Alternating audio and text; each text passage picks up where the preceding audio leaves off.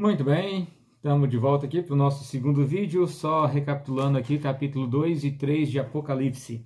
E lembrando que é uma recapitulação mesmo, tá, gente? Não entrarei em detalhes aqui, apenas mostrarei um contexto geral das igrejas. Eu não vou ter tempo de entrar aqui nesses vídeos nos detalhes históricos de cada uma das igrejas. Eu recomendo você olhar no comentário bíblico adventista para esses detalhes históricos, ou algum outro livro que você queira aí, tem vários livros que vão abordar essas questões históricas, porque para entrar no aspecto histórico de cada uma dessas igrejas aí, o que elas tinham, como que elas faziam, como que elas viviam, para cada igreja aqui a gente gastaria aí no mínimo 2, 3 horas para poder ver esses detalhes históricos certinhos. Então imagina, né? Multiplica aí 7 por 2, seria no mínimo 14 horas aí só para a gente conversar sobre esse assunto, e eu garanto para você, não iríamos esgotar o assunto, porque eles são muito amplos, tá? Mas agora, o que facilita a compreensão? Se alguma coisa não ficar muito claro das igrejas, ou você, pastor, eu perdi os detalhes históricos ali com relação a essas igrejas, fica tranquilo que nos selos, os paralelos, as 7 igrejas, 7 selos, as 7 trombetas, elas estão em paralelo, tá? Só que uma tem que ver com Deus conduzindo a sua igreja, outro Deus lidando com os inimigos da igreja, outro mostra como que Deus disciplina, enfim. Cada uma delas tem um contexto específico, mas elas acompanham de um modo geral aí a linha de tempo que nós usamos para Apocalipse, que é essa linha histórica, tá? Existem outras interpretações aí, são cerca de 7 principais interpretações, tem mais, mas são 7 principais aí, com relação às visões de alguns aspectos de Apocalipse, ali, principalmente quando fala das trombetas, mas a igreja ela tem essa linha histórica em todas elas, com exceção de um outro, tá? Mas que aí foge daquilo que realmente é um princípio básico de interpretação bíblica, beleza? Então, muito cuidado também com os vídeos que você fica vendo por aí, que pode ter muita... pode não, tem muita asneira por aí. Mas, enfim... As igrejas, basicamente, quando começa aqui no capítulo 2, verso 1, ele diz o seguinte: ao anjo da igreja em Éfeso escreve, essas coisas diz aquele que conserva na mão direita as 7 estrelas e que anda no meio dos 7 candeeiros de ouro. E aí quando ele vai para a igreja 2, ele diz, essas coisas diz o primeiro e último, aquele que esteve morto e tornou a viver. Para a igreja de Pérgamo, essa coisa diz aquele que tem a espada afiada de 2 gumes. O verso 18, essas coisas diz o Filho de Deus que tem os olhos como chama de fogo. Essas coisas no verso 1 do capítulo 3, diz aquele que tem os 7 Espíritos de Deus e as 7 estrelas. O verso 7, essas coisas diz o Santo verdadeiro que tem a chave de Davi. O verso 14, essas coisas diz o Amém, a testemunha fiel e verdadeira, o princípio da criação de Deus. É interessante que Jesus ele é meio que destrinchado, se eu posso dizer assim, para cada uma dessas igrejas. Então, para cada uma dessas igrejas, Cristo se apresenta de uma maneira diferente. Ele não se apresenta da mesma maneira, e é uma razão para isso. Qual que é a razão? Acompanhe para a gente entender isso. A primeira igreja aqui, que é a igreja que está ali do primeiro século, e lembra que esses períodos históricos, tá, gente, eles não têm assim, ano 100, acabou, começou. Não, tem um processo de transição. Então, eu vou falar aqui de um modo geral desse processo, tá? Então, a primeira igreja aqui de Éfeso, o que deixa muito claro para eles é que são os discípulos e aqueles que vivem ali logo depois da ascensão de Cristo, ele deixa muito claro o seguinte: olha, eu sei que vocês são pessoas perseverantes, que não suportam homens maus, que se declaram apóstolos, mas vocês têm começado a perder um pouco do primeiro amor. Então, qual que é a preocupação aqui com relação a essa igreja? É que é uma igreja que ela ainda não tem necessariamente nenhum tipo de doutrina errada, mas ela já perdeu a razão pela qual ela observa essas doutrinas. Não é mais por amor. Então, assim, isso é muito complexo, nós precisamos tomar alguns cuidados com relação a isso, porque entenda, Deus escolhe igrejas que elas representam períodos que a igreja passaria, mas também ela representa, cada igreja dessa representa pessoas diferentes que vivem em todas as épocas. Então hoje você tem pessoas que estão semelhantes a Éfeso, semelhante a Esmirna, semelhante a Laodiceia, só que veja, para cada período desse há uma maioria que se identifica com isso. No nosso caso hoje é Laodiceia, seria melhor se fosse de outras, né? Mas a maioria tem essa característica que nós já veremos lá. Então, o que acontece é é uma igreja que tem a verdade, mas o amor começa a se perder. Mas ele fala assim, olha, volte ao primeiro amor. E aí eu coloco algumas razões para isso. E oferece ao vencedor que se alimente da árvore da vida. É interessante essas questões aqui, que se você prestar atenção na carta para as igrejas, tudo aquilo que Adão perde lá no paraíso, eu não tenho como entrar nisso aqui agora, tá? Mas se você perceber aqui, tudo aquilo nas cartas para as igrejas, tudo aquilo que Adão e Eva perdem no paraíso, Deus vai prometendo de volta para eles aqui ao escrever para as igrejas. Então, por exemplo, quando fala aqui, ó, que se alimente da árvore da vida, era algo que havia sido perdido lá no início. Então é interessante esse processo de restauração daquilo que é o Éden perdido. Então, ao mesmo tempo que Deus mostra o que está acontecendo com a igreja, ele vai mostrando o seguinte, olha, se você vencer, eu te concedo isso. E aí, quando você olha para todo esse processo, você entende que tudo aquilo que foi perdido, novamente agora é dado ao ser humano, beleza? Então, essa igreja aí do primeiro século. Já no segundo século, aí você tem a igreja de Esmirna, e ele diz o seguinte, olha, conheço a tua tribulação e a blasfêmia dos que a si mesmos se declaram judeus e não são, antes são sinagoga de Satanás, e fala, olha, vocês vão sofrer.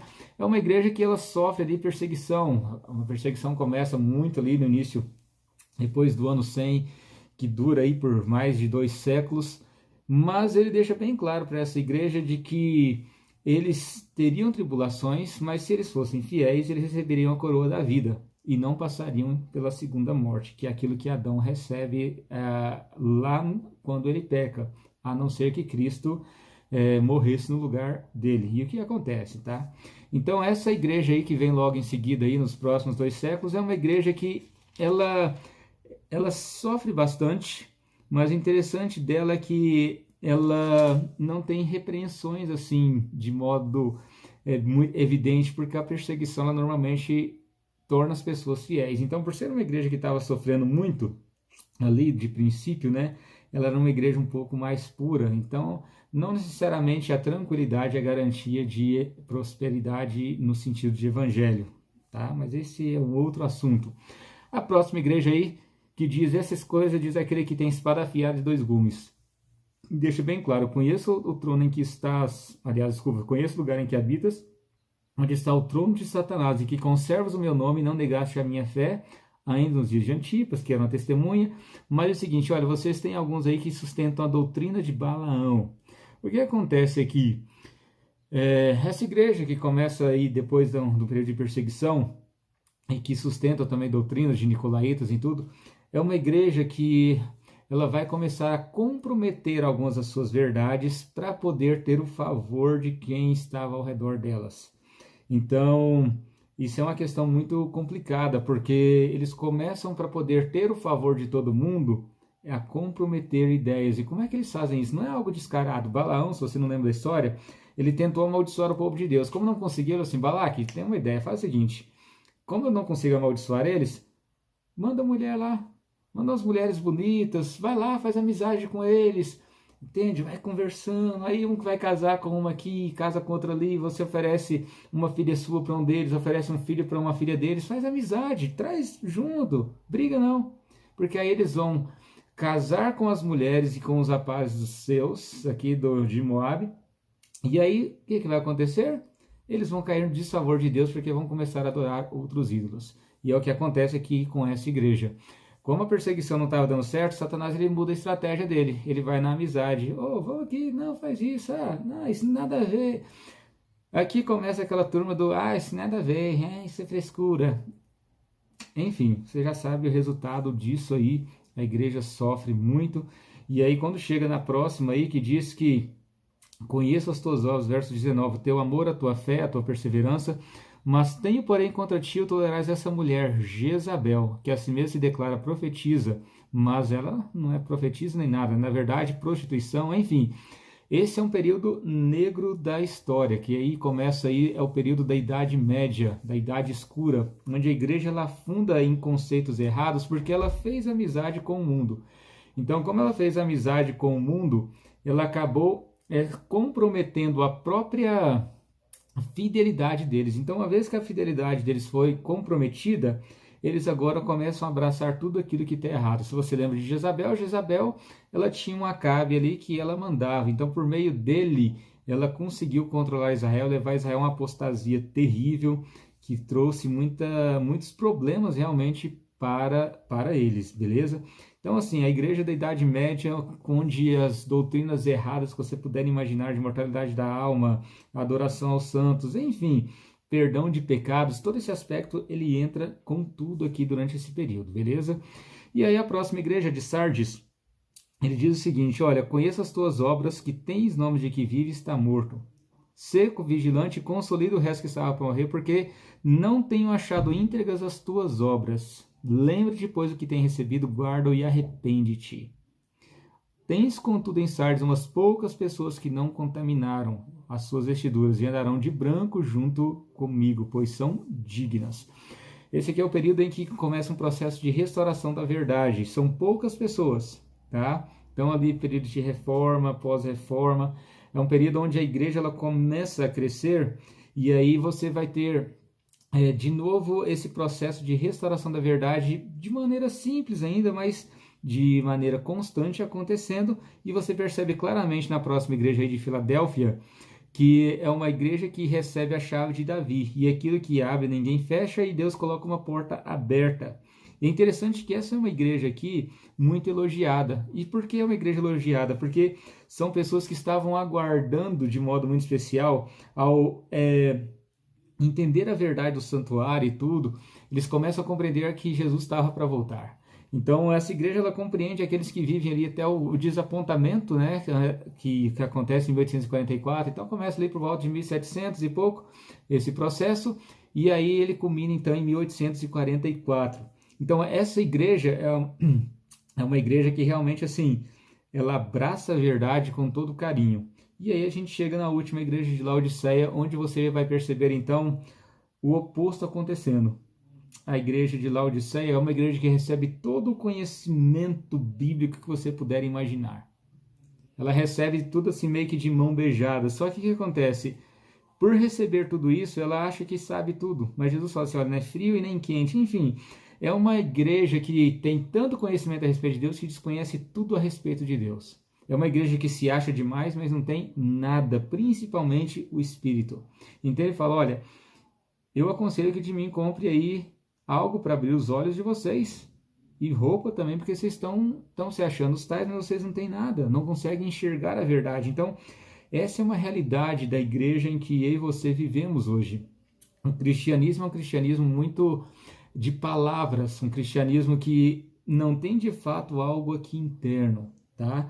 Agora, viver nesse período não quer dizer que você tem que ser igual às pessoas desse período, mas é algo para a gente pensar aí, que a igreja, ou o período em que você mais tem pessoas que se acham conhecedoras do conhecimento, tanto mesmo quem não é cristão, como não é cristão, enfim, nós vivemos uma sociedade onde todo mundo acha que sabe tudo, então todo mundo dá pitaco disso, dá pitaco daquilo, fala, eu penso, eu acho, eu creio, eu acredito, mas todo mundo fala daquilo que não conhece. Tanto é que, assim, é uma última pesquisa que saiu, a quantidade de pessoas, uma pessoa que frequenta a igreja, estou falando um crente regular, que frequenta a igreja pelo menos uma vez por semana, tá? Tanto falando de pessoas aqui fiéis, elas passam em média 48 horas com a Bíblia por ano. Você entende que é de 365 dias no ano, você ter uma pessoa que passou 2 dias com a Bíblia? 2 dias, e eu estou falando de alguém que vai na igreja toda semana, agora imagine alguém que não vai. Agora veja, a maioria delas ouvem alguma coisa a respeito do que o pastor falou lá, nem elas forem lendo. Se você for pegar o tempo que elas gastaram com a Bíblia, esse tempo diminui mais ainda. Então você percebe o seguinte, é um cristianismo de pessoas que dizem crer na Bíblia que não leem a Bíblia, que não gastam, mas quando você vai para as redes sociais aí hoje, tem todo mundo dizendo quem é Jesus, quem foi Paulo, quem foi isso, quem foi aquilo, mas se você fazer uma análise, as pessoas nunca leram a Bíblia por completo. Então, esses dias alguém veio discutir comigo questões de Bíblia, e eu perguntei, você já leu alguma vez? Não, nunca li. Então você quer discutir o quê, ô infeliz?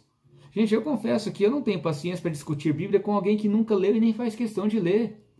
Porque como é que você quer falar de um assunto que você não tem conhecimento? Então a gente tem que tomar muito cuidado, que essa é a realidade nossa hoje, beleza?